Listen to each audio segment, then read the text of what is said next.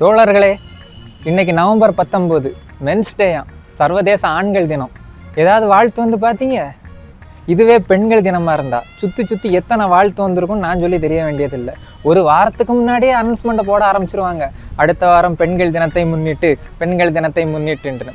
காலேஜிலலாம் பார்த்தீங்கன்னா தோழிகள், அடுத்த வாரம் விமன்ஸ் டேடி, வாங்கடி டான்ஸ் ப்ராக்டிஸ் பண்ணுவோண்டி, வாங்கடி செலிப்ரேஷன் பண்ணுவோண்டி ஆரம்பிச்சிருவாங்க.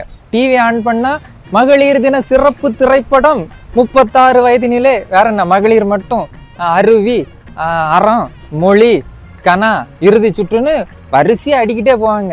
ஆஃபீஸில் கூட பாருங்களேன், உமன்ஸ் டே முன்னிட்டு அவங்களுக்கு க்ரீட்டிங்கு, சாக்லேட்டு, பண்டம், பலகாரம் எல்லாம். ஆனால் ஆம்பளைகளுக்கு ஒரு சிங்கிள் டீ வாங்கி விட கூட எவனும் கிடையாது. காலையில் என்னுடைய காதலி தான் ஃபோன் பண்ணி என்னை எழுப்பி விட்டாங்க. அப்போ தான் சொன்னாங்க, ஹாப்பி மென்ஸ் டேடா அப்படின்ட்டு.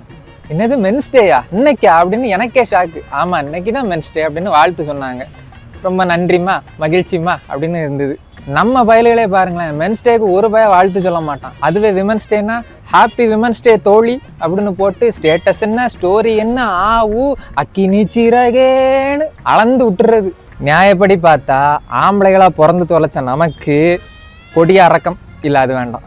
பொது விடுமுறை அறிவிச்சு இந்த நாளை ஒரு பரிசுத்த நாளாக, ஒரு தியாகிகள் தினமாக கொண்டாடணுங்க ஆண்கள் தினத்தை. பெண்கள் நம் கண்கள்னு மட்டும் போட்டா பத்தாது, ஆண்களும் நம் கண்கள். அட்லீஸ்ட் கண் இமை, கண் புருவம் அப்படின்னா ஏதாவது சொல்லுங்களேன்டா. வேற வழி இல்லை, நமக்கு நம்மளே தான் வாழ்த்து சொல்லி ஆகணும். தோழர்களே, பாவப்பட்ட ஆண் ஜென்மமே, குடும்பத்திற்காக கனவுகளை தியாகம் செய்து ஓடிக்கொண்டிருக்கும் பரிதாபத்துக்குரிய ஜீவன்களே, அனைவருக்கும் இனிய ஆண்கள் தின நல்வாழ்த்துகள்.